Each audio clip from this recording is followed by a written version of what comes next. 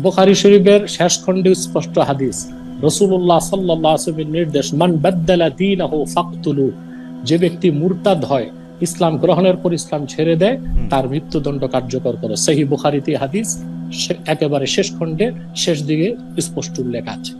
একটি হাদিসকে ভুল বোঝার ফলে ইরতেদাদ বা ধর্মত্যাগের শাস্তির উদ্ভব হয়েছে। বলা হয় এই হাদিসটি আব্দুল্লাহ ইবনে আব্বাস রাদিয়াল্লাহু তাআলা আনহু বর্ণনা করেছেন। মান বাদদালা দীনাহু ফাকতুলুহু, যে ব্যক্তি তার দিন বদল করে তাকে কতল করো। বুখারী হাদিস নং 3017। ওস্তাদ জাবেদ আহমেদ গামিদী বলেন, আমাদের 4 মাযহাবের ফোকারা মনে করেন এই ঘোষণা রাসূল সাল্লাল্লাহু আলাইহি ওয়াসাল্লামের সময় থেকে শুরু করে কিয়ামত পর্যন্ত প্রতিটি মুসলিমের উপর প্রযোজ্য। মুসলমান পরিবারে যেই জন্মগ্রহণ করবে তার উপরই এই সিদ্ধান্ত কার্যকর করা হবে। তাদের মতে এই হাদিসে প্রতিটি মুসলিমের জন্য মৃত্যুদণ্ডের বিধান নির্ধারণ করা হয়েছে যারা নিজের ইচ্ছায় ইসলাম ত্যাগ করে।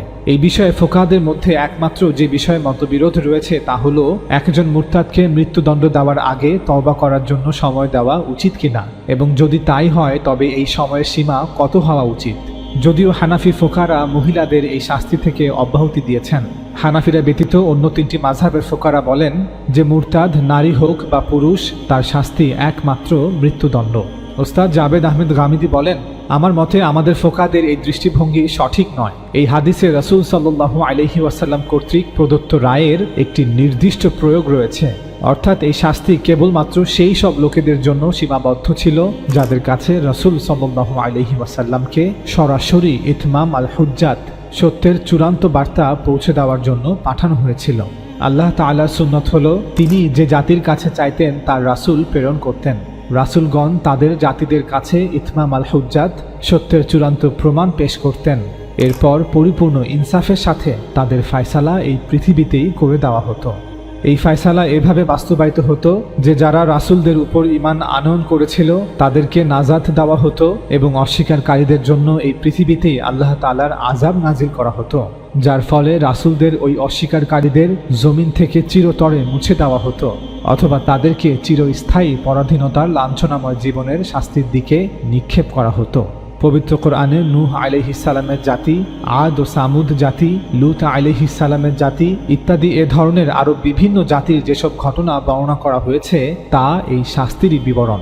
কোরআন বলছে যে রাসূলগণের তরফ থেকে ইতমাম আল হুজ্জাত, সত্যের চূড়ান্ত প্রমাণ পেশ না করা পর্যন্ত এই শাস্তি কখনোই কোনো জাতির উপর আসেনি। আল্লাহ তাআলা বলেন, আমি ততক্ষণ পর্যন্ত শাস্তি দেই না যতক্ষণ না একজন রাসূল পাঠাই। সূরা বনী ইসরাঈল আয়াত 15। যখন কোনো জাতি তাদের কাছে প্রেরিত রাসূলকে অস্বীকার করে তখন তাদের উপর শাস্তি এসে যায়। যদি রাসূল ও তার সঙ্গী সাথীদের শক্তি সামর্থ্য থাকে তাহলে অস্বীকারীদের উপর এই শাস্তি প্রয়োগ করার জন্য রাসূল এবং তার অনুসারীদেরকে হুকুম দেওয়া হয়। আর যদি রাসূল ও তার সঙ্গী সাথীদের শক্তি সামর্থ্য না থাকে তবে ফেরেশতাদেরকে এই শাস্তি কায়েম করার জন্য আল্লাহর পক্ষ থেকে হুকুম দেওয়া হয়। রাসূলের অস্বীকারীদের শাস্তি দেওয়ার জন্য তৃতীয় আরেকটি উপায় হচ্ছে আল্লাহ তাআলা পার্শ্ববর্তী কোনো জাতিকে শাস্তি হিসেবে প্রেরণ করেন। এর সবচেয়ে বড় উদাহরণ হচ্ছে বনী ইসরাঈল। আল্লাহ তাআলা তাদেরকে বিভিন্ন সময় বিভিন্ন জাতির মাধ্যমে শাস্তি প্রদান করেছেন। সর্বশেষ ঈসা আলাইহিস সালামকে অস্বীকার করার কারণে আল্লাহ তাআলা বনী ইসরাঈলকে রোম সাম্রাজ্যের মাধ্যমে শাস্তি প্রদান করেছেন। ঠিক যেভাবে এই ঘটনার 600 বছর পূর্বে বাবেল সাম্রাজ্যের মাধ্যমে বনী ইসরাঈলকে শাস্তি প্রদান করা হয়েছিল। নবী মুহাম্মদ আরবি সাল্লাল্লাহু আলাইহি ওয়াসাল্লামও আল্লাহ তাআলার রাসূল ছিলেন, আর পৃথিবীর বুকে শেষবারের মতো এই কিয়ামতের সুগরা বা ছোট কিয়ামত সংঘটিত করার জন্য আল্লাহ তাকে পাঠিয়েছিলেন। তাই রাসূল সাল্লাল্লাহু আলাইহি ওয়াসাল্লামের পক্ষ থেকে ইতমাম আল হুজ্জাত, সত্যের চূড়ান্ত প্রমাণ পেশ সম্পন্ন হওয়ার পর তার সাহাবীদেরকেও হুকুম দেওয়া হয়েছিল তারা যেন রাসূল সাল্লাল্লাহু আলাইহি ওয়াসাল্লামের অস্বীকারীদের উপর আল্লাহ তাআলার শাস্তির এই ফয়সালা প্রয়োগ করেন। এ বিষয়ে মক্কা বিজয়ের ঠিক 1 বছর পর হজের মৌসুমে পবিত্র কোরআনে আরবদের মুশরিকদের সম্পর্কে বলা হয়েছে, এরপর যখন হারাম মাসগুলো অতিক্রম হয়ে যাবে তখন তোমরা এসব মুশরিকদেরকে যেখানে পাও সেখানেই হত্যা করো, অর্থাৎ জিহাদ বা কিতালের ঘোষণা করে দাও। আর এই উদ্দেশ্যে তাদেরকে ধরো, তাদেরকে ঘেরাও করো এবং প্রত্যেক ওঠ পাতার জায়গায় তাদের জন্য ওঠ পেতে বসে থাকো। এরপর তারা যদি তাওবা করে নেয় এবং যত্ন সহকারে নামাজ পড়তে শুরু করে এবং যাকাত দান করে তাহলে তাদের পথ ছেড়ে দাও। নিশ্চয়ই আল্লাহ ক্ষমাশীল এবং সদা দয়ালু। সূরা তাওবা আয়াত 5। কোরআনের এই আয়াত নাজিলের পর আল্লাহ রাসূল সাল্লাল্লাহু আলাইহি ওয়াসাল্লাম বলেন, উমিরতু আন উকাতিলান নাস হাত্তা ইয়াশহাদু আন লা ইলাহা ইল্লাল্লাহ ওয়া আন্না মুহাম্মাদান রাসূলুল্লাহ ওয়া ইউকিমুস সালাহ ওয়া ইউতুজ যাকাহ।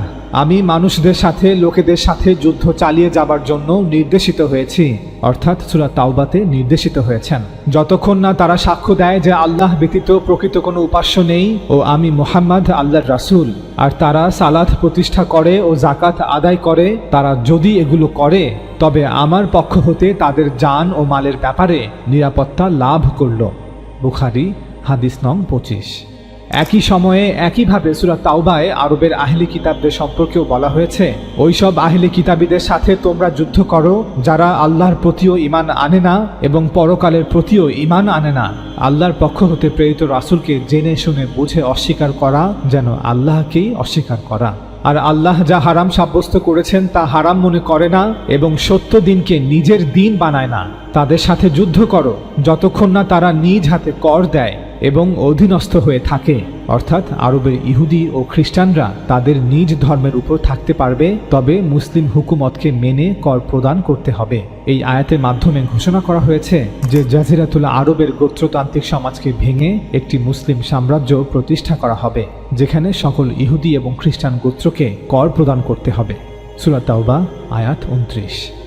সুতরাং সূরা তাওবার 5 নং আয়াতে আরবের মুশরিকদের উপর মৃত্যুদণ্ড আরোপ করা হয়েছিল যদি তারা একটি নির্দিষ্ট সময়ের পর ঈমান গ্রহণ না করে। অতএব এর অর্থ হলো আরবের মধ্যে থাকা সকল মুশরিককে ইসলাম গ্রহণ করতে হবে, অন্যথায় জিহাদ বা কিতালের মুখোমুখি হতে হবে। তৃতীয় অন্য কোনো পথ নেই।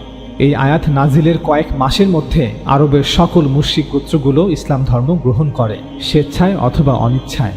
নাজদ, নাজরান, হিজাজ, ইয়েমান, আরবের প্রায় সকল অঞ্চল হতেই বিভিন্ন গোত্র তাদের প্রতিনিধিদেরকে এক এক করে মদিনায় প্রেরণ করে এবং সকল গোত্র ইসলাম ধর্ম গ্রহণ করে।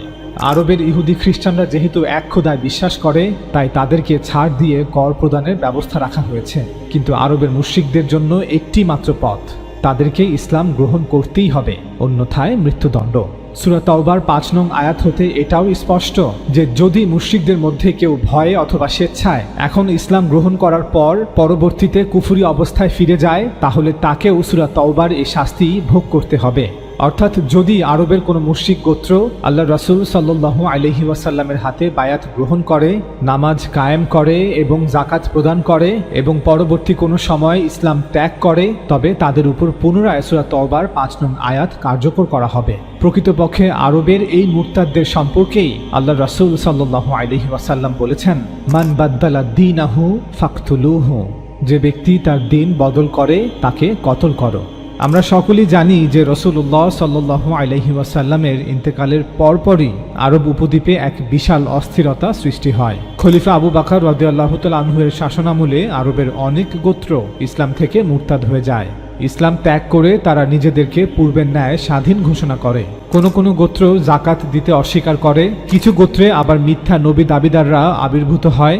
অন্যদিকে নাজদ এবং নাজরানের প্রায় সবগুলো খ্রিস্টান গোত্র বিদ্রোহ করে নিজেদেরকে স্বাধীন ঘোষণা করে। আরবের এই সকল বিদ্রোহী ও মুরতাদ গোত্রগুলোকে দমন করার জন্য খলিফা আবু বকর রাদিয়াল্লাহু তাআলা আনহু রিদ্দার যুদ্ধ পরিচালনা করেন। মূলত এই যুদ্ধের ঘোষণা আল্লাহ রাসূল সাল্লাল্লাহু আলাইহি ওয়াসাল্লাম তার ইন্তেকালের পূর্বেই সূরা তাওবার 5 নং আয়াতে বর্ণিত রিসালাতের বিশেষ বিধানের আলোকে ঘোষণা করে গিয়েছিলেন, মান বাদদালা দীনাহু ফাকতুলুহু, যে ব্যক্তি তার দিন বদল করে তাকে কতল করো। যদি আরবের কোনো মুশরিক ব্যক্তি এখন ইসলাম গ্রহণ করে পরবর্তীতে পূর্বের ধর্মে ফিরে যায়, তবে তাকে আবার সূরা তাওবার শাস্তির আওতায় আনা হবে, কারণ রাসূলের অস্বীকারীদের জন্য এটাই আল্লাহ তাআলার বিধান। এজন্যই আবু বকর রাদিয়াল্লাহু তাআলা আনহু খিলাফতের দায়িত্ব নেয়ার পর এই সকল বিদ্রোহী ও মুরতাদ গোত্রগুলোকে দমন করার জন্য খালিদ বিন ওয়ালিদ রাদিয়াল্লাহু তাআলা আনহুর নেতৃত্বে বিভিন্ন সেনাদল প্রেরণ করেন। তারা একে একে সকল বিদ্রোহী ও মুরতাদ গোত্রগুলোকে দমন করেন। ফলে মাত্র 1 বছরের মধ্যে আবু বকর রাদিয়াল্লাহু তাআলা আনহু সকল বিদ্রোহকে পরাজিত করতে সক্ষম হন। কিন্তু দুঃখের বিষয়, আমাদের আলেমরা ইতিহাসের এই ঘটনা প্রবাহগুলোকে কোরআনের আলোকে ব্যাখ্যা না করে মুরতাদ বা ইরতিদাদের শাস্তি নামে একটি নতুন আইন শরিয়ার মধ্যে অন্তর্ভুক্ত করেছেন। আউযু বিল্লাহ। রাসূলের কওমের জন্য নাজিল হওয়া একটি বিশেষ বিধানকে ওনারা কিয়ামত পর্যন্ত আগত সকল মুসলমান ঘরের সন্তানদের উপর চাপিয়ে দিয়েছেন। আর ইসলামকে একটি অসহিষ্ণু ধর্মে পরিণত করেছেন। বাগানের মালি হয়ে নিজেরাই বাগানের হাজার হাজার ফুল নষ্ট করেছেন। আরেকটি গুরুত্বপূর্ণ বিষয় হলো, রিদ্দার যুদ্ধ শুধু ইসলাম ত্যাগ বা মুরতাদ নিয়ে ছিল না, বরং এর ভেতরে রাজনৈতিক, সামাজিক, আর্থিক ও রাষ্ট্রীয় কর্তৃত্ব প্রশ্ন জড়িয়ে ছিল। অর্থাৎ নবী সাল্লাল্লাহু আলাইহি ওয়াসাল্লাম ইন্তেকাল করার পর আরবের বহু গোত্র আবার তাদের পুরনো স্বাধীন গোত্রতান্ত্রিক ব্যবস্থাতে ফিরতে চাইছিল। কয়েকটি দিক থেকে বিবেচনা করলে এই বিষয়টি আমাদের কাছে স্পষ্ট হয়ে যাবে। 1. গোত্রতান্ত্রিক স্বভাব ও ইসলামী রাষ্ট্র কাঠামো। আরবের অনেকগুলো গোত্র নবী সাল্লাল্লাহু আলাইহি ওয়াসাল্লামের সময়ে ইসলাম গ্রহণ করলেও তাদের অনেকেই ইসলামকে এক ধরনের রাজনৈতিক জোট হিসেবে দেখত। তারা রাসূল সাল্লাল্লাহু আলাইহি ওয়াসাল্লামের ব্যক্তিত্ব ও নেতৃত্বকে মান্য করে ইসলাম ও মদিনা রাষ্ট্রের প্রতি আনুগত্য প্রকাশ করেছিল। কিন্তু নবী সাল্লাল্লাহু আলাইহি ওয়াসাল্লাম ইন্তেকাল করলে তারা মনে করল এ আনুগত্য আর কার্যকর নয়। মূলত এটি ছিল একটি গোত্রতান্ত্রিক স্বভাব, কারণ গোত্রতান্ত্রিক সমাজে নেতা পরিবর্তন হলে আনুগত্য চুক্তি পুনর্বিবেচনা ছিল একটি স্বাভাবিক নিয়ম। তারা আবু বকর রাদিয়াল্লাহু তাআলা আনহুর কর্তৃত্ব মেনে নিতে রাজি হয়নি। 2. যাকাত বিরোধিতা ছিল রাজনৈতিক অর্থনৈতিক বিদ্রোহ। আরবের কিছু গোত্র বলেছিল, আমরা নামাজ পড়ব কিন্তু যাকাত দেব না। অর্থাৎ তারা ধর্মীয় দিকটা আংশিকভাবে রাখতে চেয়েছিল, কিন্তু কেন্দ্রীয় রাষ্ট্রকে অর্থনৈতিক কর দিতে অস্বীকৃতি জানিয়েছিল। বিপরীতে আবু বকর রাদিয়াল্লাহু তাআলা আনহু পরিষ্কার ঘোষণা করেন, নামাজ ও যাকাতের মধ্যে কোনো পার্থক্য নেই। যে যাকাত অস্বীকার করবে আমি তার বিরুদ্ধেও যুদ্ধ করব। আর আল্লাহ তাআলা সূরা তাওবার 5 নং আয়াতে এটাই বলেছেন। আরবের মুশরিকরা তখনই ক্ষমার যোগ্য হবে যখন তারা ঈমান আনয়ন করবে, নামাজ কায়েম করবে এবং যাকাত প্রদান করবে, অন্যথায় তাদের উপর মৃত্যুদণ্ড কার্যকর করা হবে। এটাই রিসালাতের বিশেষ বিধান, যা ইতমামে হুজ্জাত অর্থাৎ সত্যের চূড়ান্ত প্রমাণ পেশ করার পর আল্লাহ প্রদত্ত শাশ্বত কানুন। আবু বকর রাদিয়াল্লাহু তাআলা আনহুর এই উক্তি হতে এটা স্পষ্ট, যাকাত প্রদানে অস্বীকৃতি জানানো এটা শুধু ধর্মীয় নয়, বরং রাষ্ট্রীয় অর্থনৈতিক কর্তৃত্বের বিরুদ্ধে বিদ্রোহ ছিল। 3. মিথ্যা নবী ও ধর্মীয় নেতৃত্বের প্রশ্ন। ইয়ামামার মুসাইলামা আল কাজ্জাব, নাজদের তুলাইহা আল আসদি, বানু তামিম গোত্রে সাজাহ নামে একজন নারী, ইয়েমেনের আসওয়াদ উনসি, এরা সবাই নিজেকে নবী দাবি করে নিজের গোত্রকে সমবেত করেছিল। বাস্তবে তারা রাজনৈতিক স্বাধীনতার জন্য ধর্মকে হাতিয়ার বানায়। আল্লাহ রাসূল সাল্লাল্লাহু আলাইহি ওয়াসাল্লামের কাছে প্রেরিত চিঠিতে মুসাইলামা আল কাজ্জাব লিখেছিল, আমাদের জন্য ইয়ামামা থাকবে আর কোরাইশের জন্য হিজাজ। অর্থাৎ সে মদিনা রাষ্ট্রের কেন্দ্রীয় কর্তৃত্ব থেকে স্বাধীন একটি সমান্তরাল রাষ্ট্র চাচ্ছিল, যা স্পষ্টতই একটি বিদ্রোহ। 4. খ্রিস্টান গোত্র ও দক্ষিণ আরব। নাজরান ও ইয়েমেনের অনেক খ্রিস্টান গোত্র নবী সাল্লাল্লাহু আলাইহি ওয়াসাল্লামের জীবদ্দশায় ইসলামী রাষ্ট্রের আনুগত্য স্বীকার করে কর প্রদানে সম্মতি জানায়, কিন্তু নবী সাল্লাল্লাহু আলাইহি ওয়াসাল্লামের ইন্তেকালের পর তারা সেই চুক্তি হতে ফিরে আসে। আবু বকর রাদিয়াল্লাহু তাআলা আনহু সেনা পাঠিয়ে তাদের পুনরায় ইসলামী রাষ্ট্রের আনুগত্যে ফিরিয়ে আনে এবং কর প্রদানে বাধ্য করে। 5. সূরা তাওবা ও রাষ্ট্রীয় শৃঙ্খলা। সূরা তাওবার 5 নং আয়াতে ঘোষণা করা হয়েছিল যে আরবের সকল মুশরিক গোত্রগুলোকে ইসলাম গ্রহণ করতেই হবে এবং গোত্রতান্ত্রিক সমাজ ব্যবস্থাকে ভেঙে একটি ইসলামী রাষ্ট্রের অধীনে বসবাস করতে হবে।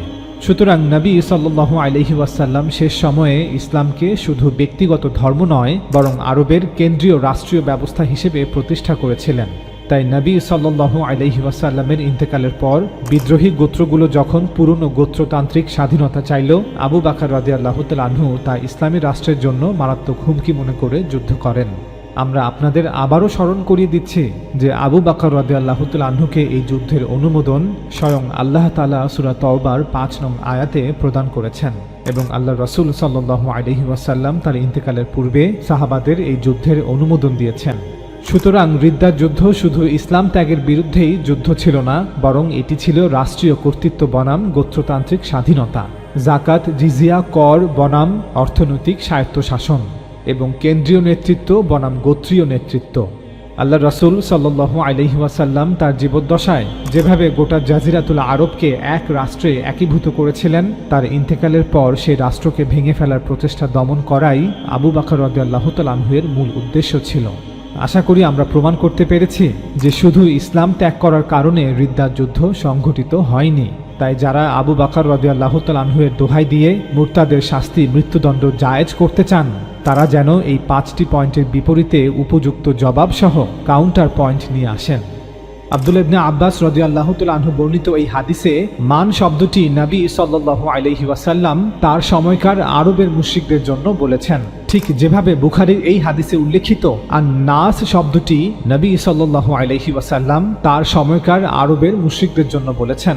আফসোসের বিষয় হলো আমাদের ফোকাহারা এই মান শব্দটিকে কোরআনের ভিত্তির সাথে অর্থাৎ সূরা তাওবার সাথে সংযুক্ত না করে একটি ভয়ঙ্কর ভুল করেছেন, যেমনটি বুখারীর এই হাদিসে উল্লেখিত আন-নাস শব্দটির ক্ষেত্রে করেছেন। কোরআন এবং হাদিসের মধ্যে বিদ্যমান সম্পর্কের আলোকে হাদিস দুটিকে ব্যাখ্যা করার পরিবর্তে ওনারা কোরআনের প্রেক্ষাপটের সম্পূর্ণ বিপরীতে গিয়ে হাদিসগুলোর ভুল ব্যাখ্যা করেছেন। একটি নির্দিষ্ট সময়ের জন্য নাজিল হওয়া আইনকে, নির্দিষ্ট লোকেদের জন্য নাজিল হওয়া খাস বিধানকে তারা কিয়ামত পর্যন্ত আগত সকল মুসলমানদের জন্য সাধারণ করে দিয়েছেন। এর ফলে তারা ইসলামী দণ্ডবিধিতে মুরতাদদের শাস্তি নামে একটি নতুন শাস্তি অন্তর্ভুক্ত করেছেন, যার কোনো ভিত্তি কোরআন সুন্নাহতে নেই। অথচ দেখুন, এই ফোকাহারাই এমনটা কখনোই বলেন না যে যেহেতু সূরা তাওবার ৫ নং আয়াতে বলা হয়েছে এরপর যখন হারাম মাসগুলো অতিবাহিত হয়ে যাবে তখন তোমরা এসব মুশরিকদেরকে যেখানে পাও সেখানে হত্যা করো, যতক্ষণ পর্যন্ত না তারা তওবা করে নেয় আর যত্ন সহকারে নামাজ পড়তে শুরু করে এবং যাকাত দান করে। এর অর্থ আমরা কিয়ামত পর্যন্ত যত মুশরিক পাবো তাদেরকে হত্যা করতে থাকবো যদি না তারা তওবা করে মুসলিম হয়। এই ফোকারা এমনটা কখনই বলবেন না আমরা এখন ভারতে যাব অথবা মিয়ানমার, থাইল্যান্ড, কম্বোডিয়া, জাপান, চীনে যাব, সেখানে গিয়ে মুশরিকদেরকে বলবো আমাদের কোরআনে বলা হয়েছে এরপর যখন হারাম মাসগুলো অতিবাহিত হয়ে যাবে তখন তোমরা এসব মুশরিকদেরকে যেখানে পাও সেখানে হত্যা করো, যতক্ষণ পর্যন্ত না তারা তওবা করে নেয় আর যত্ন সহকারে নামাজ পড়তে শুরু করে এবং যাকাত দান করে। সুতরাং হে ভারতের হিন্দুরা অথবা হে মিয়ানমারের বৌদ্ধরা অথবা হে চীনের বৌদ্ধরা, তোমরা ইসলাম গ্রহণ করো, অন্যথায় আমরা কোরআনের এই আদেশ তোমাদের উপর কার্যকর করব না। তারা কখনোই এই কথা বলবে না, কারণ তারাও জানে যে কোরআনের এই বিধান ছিল আরবের মুশরিকদের জন্য, অর্থাৎ তৎকালীন আরবের মুশরিকরা ইসলাম গ্রহণ না করলে তৎকালীন আরবের মুশরিকদের উপর সূরা তাওবায় ঘোষিত এই শাস্তি কার্যকর করা হবে। অনেক অজ্ঞ ব্যক্তিরা হয়তো বলবেন আমরা জিজিয়া আদায় করব, ফলে তারা তাদের নিজ নিজ ধর্ম পালন করবে। আমরা এর উত্তরে বলবো, ওহে অজ্ঞ ভাই, সূরা তাওবায় ইহুদি ও খ্রিস্টানদের বিষয়ে জিজিয়া আদায়ের কথা বলা হয়েছে। আল্লাহ বলেন ওইসব আহলে কিতাবীদের সাথেও তোমরা যুদ্ধ করো যতক্ষণ না তারা নিজ হাতে কর দেয় এবং অধীনস্থ হয়ে থাকে। অর্থাৎ আরবের ইহুদি ও খ্রিস্টানরা তাদের নিজ ধর্মের উপর থাকতে পারবে, তবে মুসলিম হুকুমতকে মেনে কর প্রদান করতে হবে। কিন্তু তৎকালীন আরবের মুশরিকদের বিষয়ে বলা হয়েছে তাদেরকে ইসলাম গ্রহণ করতেই হবে, অন্যথায় জিহাদ, কিতাল, মৃত্যুদণ্ড। সুতরাং জিজিয়ার কথা বলে ধোঁকাবাজি করা মূর্খতা ছাড়া আর কিছুই নয়। এজন্য যারা কোরআন পড়েছে তারা এই কথা কখনই বলেন না যে যেহেতু সূরা তাওবায় বলা হয়েছে এরপর যখন হারাম মাসগুলো অতিবাহিত হয়ে যাবে তখন তোমরা এসব মুশরিকদের যেখানে পাও সেখানে হত্যা করো, যতক্ষণ পর্যন্ত না তারা তওবা করে নেয় আর যত্ন সহকারে নামাজ পড়তে শুরু করে এবং যাকাত প্রদান করে। এর অর্থ আমরা কিয়ামত পর্যন্ত মুশরিকদের খোঁজ করব এবং যেখানে মুশরিক পাবো তাদেরকে করতে থাকবো যদি না তারা তওবা করে মুসলিম হয়। এই কথা তারা কখনোই বলবে না, কারণ তারাও জানে যে কোরআনের এই বিধান ছিল আরবের মুশরিকদের জন্য, অর্থাৎ তৎকালীন আরবের মুশরিকরা ইসলাম গ্রহণ না করলে তৎকালীন আরবের মুশরিকদের উপর সূরা তাওবায় ঘোষিত এই শাস্তি কার্যকর করা হবে। সুতরাং মনোযোগ সহকারে শ্রবণ করুন এবং এই কথা জেনে নিন যে কোরআনে যখন বলা হয়েছে যে হারাম মাসগুলো অতিবাহিত হয়ে গেলে তোমরা এসব মুশরিকদেরকে যেখানে পাও সেখানে হত্যা করো, অথবা যখন বলা হয়েছে যে আহলে কিতাবীদের সাথেও তোমরা যুদ্ধ করো যতক্ষণ না তারা নিজ হাতে কর দেয় এবং অধীনস্থ হয়ে থাকে, অথবা আল্লাহ রাসূল সাল্লাল্লাহু আলাইহি ওয়াসাল্লাম সূরা তাওবার আলোকে যখন বলেছেন আমি মানুষদের সাথে লোকেদের সাথে যুদ্ধ চালিয়ে যাবার জন্য নির্দেশিত হয়েছি যতক্ষণ না তারা সাক্ষ্য দেয় যে আল্লাহ ব্যতীত কোনো ইলাহ নেই এবং আমি আল্লাহর রাসূল, আর সালাত প্রতিষ্ঠা করে এবং যাকাত আদায় করে, অথবা যখন তিনি সাল্লাল্লাহু আলাইহি ওয়াসাল্লাম বলেছেন যে ব্যক্তি তার দিন বদল করে তাকে কতল করো, এই সবগুলো কথা মূলত রিসালাতের বিশেষ বিধানের সাথে সম্পর্কিত। কোনো জাতি যখন সত্যকে জেনে শুনে বুঝে অস্বীকার করে এবং তাদের কাছে প্রেরিত সত্য রাসূলকে অহংকারের সহিত প্রত্যাখ্যান করে তখন তাদের জন্য মৃত্যুদণ্ডের শাস্তি নির্ধারণ করা হয়। ঈসা আলাইহিস সালামকে অস্বীকার করার কারণে বনী ইসরাইলকে রোমান বাহিনীর মাধ্যমে ৭০ খ্রিস্টাব্দে এভাবেই মৃত্যুদণ্ডের শাস্তি দেওয়া হয়েছিল। অনেকে প্রশ্ন করতে পারেন যে এটা কিভাবে সম্ভব? কোরআনে কোনো বিধান দেয়া হয়েছে অথবা রাসূল সাল্লাল্লাহু আলাইহি ওয়াসাল্লাম কোনো কথা বলেছেন আর সেটা অস্থায়ী প্রকৃতির হবে, অর্থাৎ কোরআনের বিধানের কোনো স্থায়িত্ব থাকবে না, রাসূলের কথার কোনো স্থায়িত্ব থাকবে না, কিন্তু কোরআন তো কিয়ামত পর্যন্ত বিদ্যমান থাকবে, রাসূলের আনিত দ্বীন তো কিয়ামত পর্যন্ত বিদ্যমান থাকবে। এর উত্তরে বলবো, আমাদের প্রথমেই বুঝতে হবে কোরআন কি ধরনের গ্রন্থ। কোরআন কোনো ইনস্ট্রাকশন ম্যানুয়াল নয় যা মানুষের জন্য সংকলিত হয়েছে। কোরআন মূলত একজন নাবীর ইনজার, অর্থাৎ একজন নাবীর সতর্ক বার্তার উপাখ্যান, অর্থাৎ আল্লাহ একজন নাবী, একজন রাসূল নিযুক্ত করেছেন এবং তিনি তার সম্প্রদায়কে সম্বোধন করেছেন। তিনি এবং তার সাথে তার পরিবার, তার সঙ্গী সাথীরা মেহনত করেছেন এবং একটি দাওয়াত বিভিন্ন পর্যায় অতিক্রম করে সামনে এগিয়ে চলেছে। একটি সংঘাতপূর্ণ জীবন যেখানে হিজরতের ঘটনা নিয়ে আলোচনা করা হয়েছে, কখনো আবিসিনিয়া, কখনো বদর, কখনো উহুদ, কখনো খন্দক। বদর, উহুদ এবং অন্যান্য ঘটনা, এগুলি কেন কোরআনে অন্তর্ভুক্ত করা হয়েছে? কোরআনে রাসূল সাল্লাল্লাহু আলাইহি ওয়াসাল্লামের হিজরতের কথা কেন আলোচনা করা হয়েছে? কেন তার জীবনের প্রতিটা পর্যায়ের ঘটনাগুলো উল্লেখ করা হয়েছে?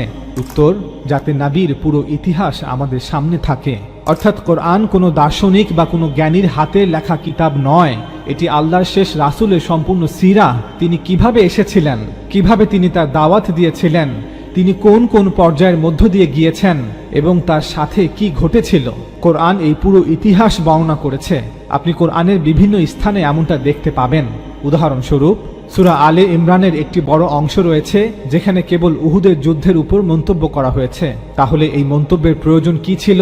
এটি করা হয়েছে যাতে আপনি সেই আয়নায় দেখতে পারেন যে এই সংগ্রাম কিভাবে সংঘটিত হয়েছিল, এতে সাহাবারা কি কি ভূমিকা পালন করেছিলেন, এতে কোন নৈতিক দিকগুলি নিয়ে আলোচনা করা হয়েছে। কোরআনের উদ্দেশ্য কোনো তালিকা তৈরি করা নয় যে ইহা করো এবং ইহা করিও না, বরং আল্লাহ তাআলা এই পুরো পরিস্থিতির আলোকে খুতবা দিয়েছেন।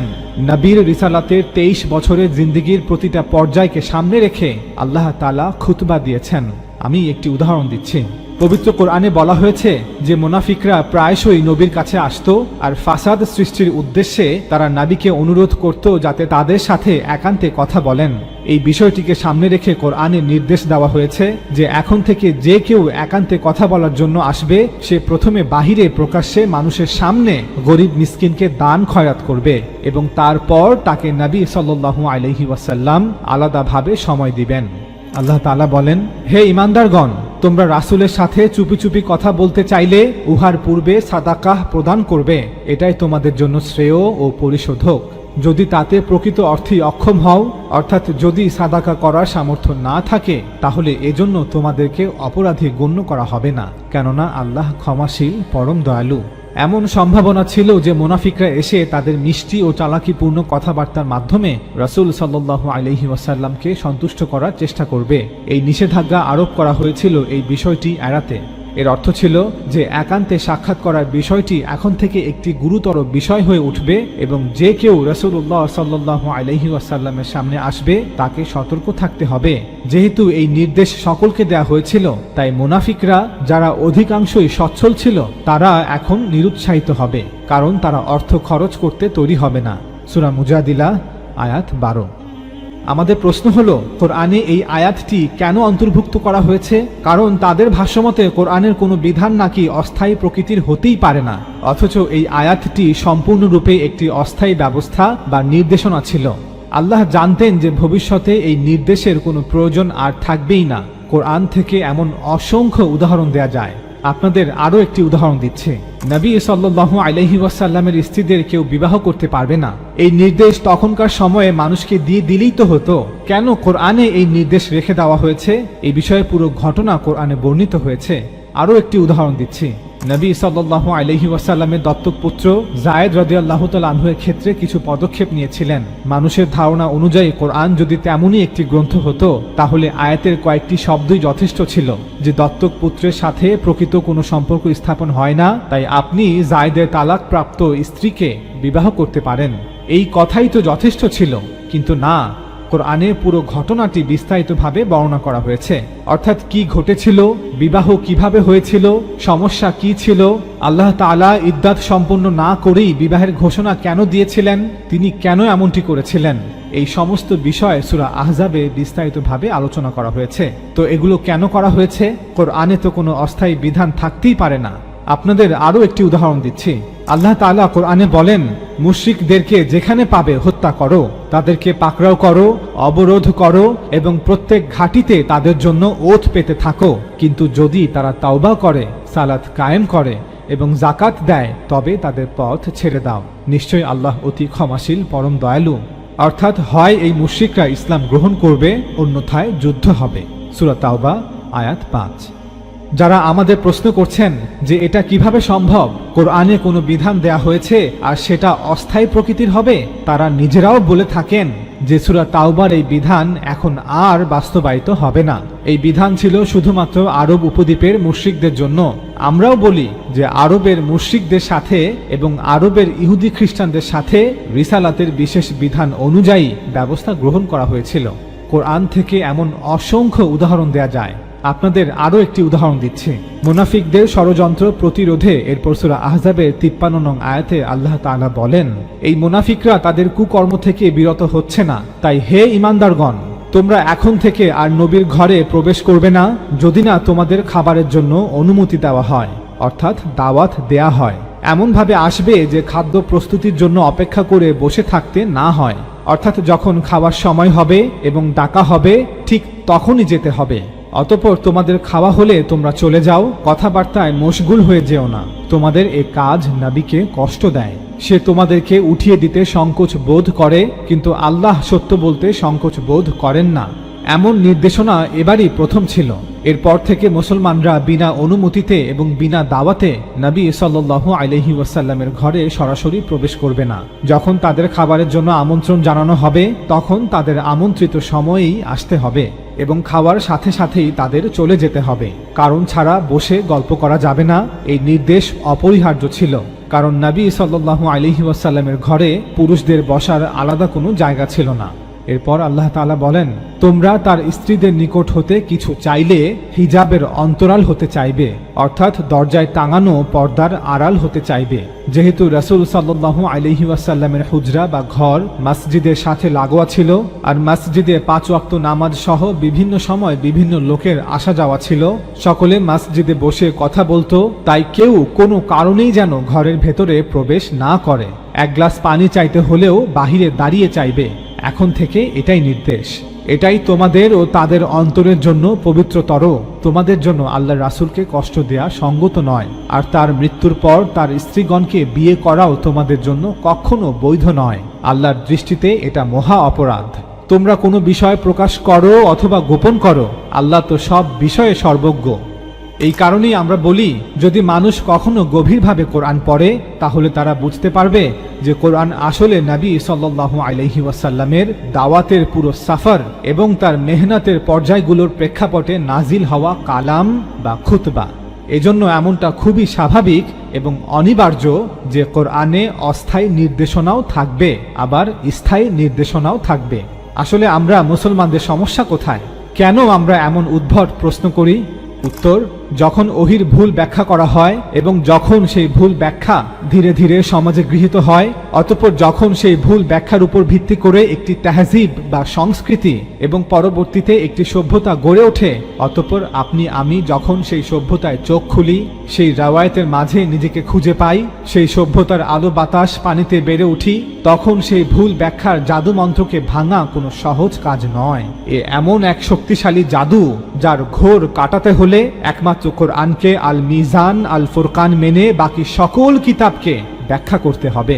আমরা মুসলমানরা এমনটা করতে পারি না বিধায় এখনো মন্ত্রবন্দী হয়ে আছি। কোরআন হচ্ছে আল ফুরকান, কোরআন হচ্ছে আল মিজান, কোরআন হচ্ছে সেই কোষ্ঠী পাথর যার মাধ্যমে পূর্ববর্তী সকল কিতাব এবং সকল রেওয়ায়েতের কিতাবগুলোকে যাচাই করা হবে। ওস্তাদ জাবেদ আহমেদ গামিদি বলেন, যদি কেউ দাবি করে যে শরিয়াতে অমুক অপরাধের জন্য অমুক শাস্তি নির্ধারণ করা হয়েছে, তাহলে সর্বপ্রথম আমাদের দেখতে হবে যে পবিত্র কোরআনে কি বলা হয়েছে। আপনি পবিত্র কোরআনের আল হামদ থেকে আন নাস পর্যন্ত পাঠ করুন, আপনার কাছে এটা স্পষ্ট হয়ে যাবে যে পবিত্র কোরআনে রাসূল সাল্লাল্লাহু আলাইহি ওয়াসাল্লামকে কটূক্তি করার কোনো শাস্তি বর্ণনা করা হয়নি। এমনকি যেই সকল আয়াতে রাসূল সাল্লাল্লাহু আলাইহি ওয়াসাল্লামের কটূক্তিকারীদের সমালোচনা করা হয়েছে, সেই সকল আয়াতেও দুনিয়াবি কোনো শাস্তির কথা বর্ণনা করা হয়নি। আমরা এই সিরিজের প্রথম পর্বে সেই আয়াতগুলো এক এক করে পাঠ করেছি। ওস্তাদ জাবেদ আহমেদ গামিদি বলেন, আমি আপনাদের কাছে দায়িত্ব নিয়ে বলছি, এমনকি হাদিসের কিতাবগুলিতেও এমন একটি সহিহ হাদিসও নেই যেখানে রাসূল সাল্লাল্লাহু আলাইহি ওয়াসাল্লাম বলেছেন, যারা আমাকে কটূক্তি করবে তাদের হত্যা করো, তাদের তওবা কবুল করা হবে না। এখন আপনাদের কাছে প্রশ্ন আসতে পারে, তাহলে আলেমরা কেন বলছেন যে শাতিমে রাসূলদের একমাত্র শাস্তি মৃত্যুদণ্ড এবং তাকে তওবার সুযোগও দেয়া হবে না?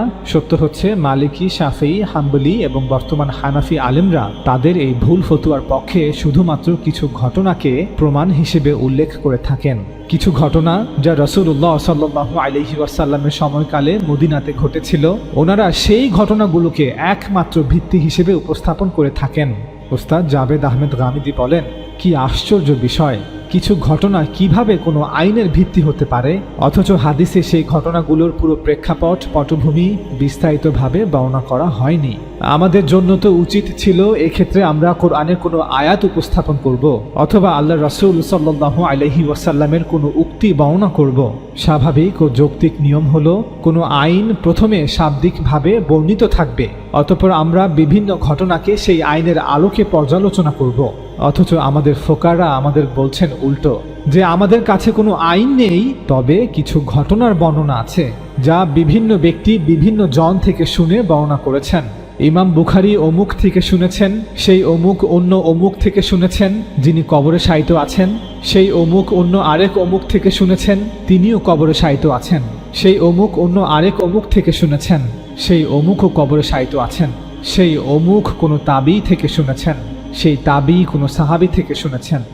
আপনাদের কাছে প্রশ্ন করি, আপনি আইনের আলোকে আইনের প্রয়োগ পর্যালোচনা করবেন, নাকি আইনের প্রয়োগ দেখে আইনকে অনুসন্ধান করবেন?